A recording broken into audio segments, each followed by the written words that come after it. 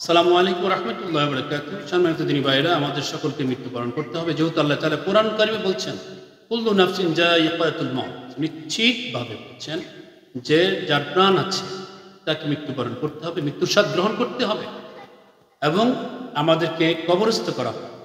আমাদের মৃত্যুর পরে আমাদেরকে দাফন করা হবে। তো দাফন করার সময় আমরা কোন দোয়াটা পড়ি? আমরা আসলে অনেক দিন পর হয়তো বা কোনো জানাজায় অংশগ্রহণ করি, দাফনে অংশগ্রহণ করি, সেই সুবাদে আমাদের অনেকের মনে থাকে আসলে বিসমিল্লাহি আলা মিল্লাতি রাসূল, বিসমিল্লাহি আলা মিল্লাতি রাসূল, এটা আমরা বলি। এই দোয়াটা পড়ে আমরা কি করি? মুর্দারকে আমরা কবরের মধ্যে আস্তে শুইয়ে দেই। তো এই দোয়াটা শিখার কারণটা কি?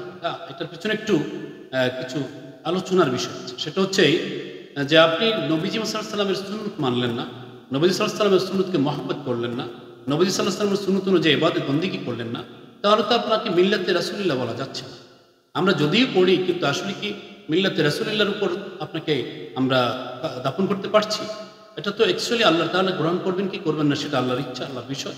কিন্তু আমরা হয়তোবা বলি বা আমরা এই দোয়াটা পড়ি, কিন্তু অ্যাকচুয়ালি আপনাকে নবী মুহাম্মদ সাল্লাল্লাহু আলাইহি ওয়াসাল্লামের সুন্নত তরিকায় থাকতে হবে, নবী সাল্লাল্লাহু আলাইহি ওয়াসাল্লামের সুন্নত তরিকায় ইবাদত বন্দেগী করতে হবে এবং আপনাকে দিন কায়েমের দলে অন্তর্ভুক্ত হতে হবে। দিন কায়েমের দল, যেটাকে বলি কোরআনী শাসন অথবা ইসলামী শাসন, যেটাকে আমরা বলি, বা রাষ্ট্র কায়েম, ইসলামী রাষ্ট্র কায়েম করা, এটাকে আমরা দিন কায়েমের বলি।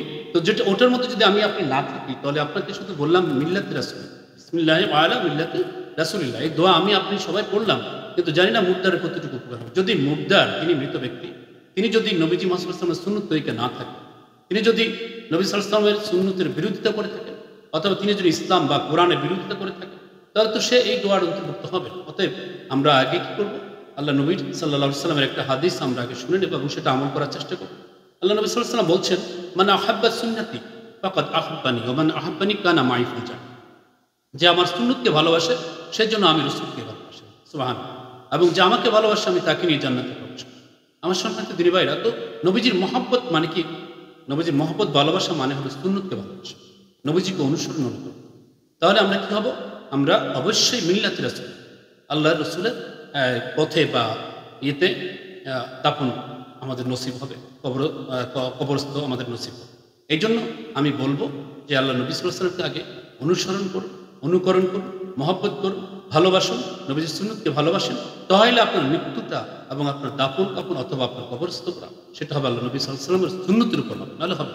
আল্লাহ তাআলা আমাদেরকে নবী সাল্লাল্লাহু আলাইহি ওয়াসাল্লামের সুন্নতকে মহব্বত করা, নবী সাল্লাল্লাহু আলাইহি ওয়াসাল্লামকে অনুকরণ করা, নবীজির সুন্নত অনুযায়ী আমল করা, ইবাদত বন্দেগী করা, আল্লাহ সেই তৌফিকটুকু আমাদের দান করুক। আল্লাহুম্মা আমিন। আসসালামু আলাইকুম ওয়া রাহমাতুল্লাহ।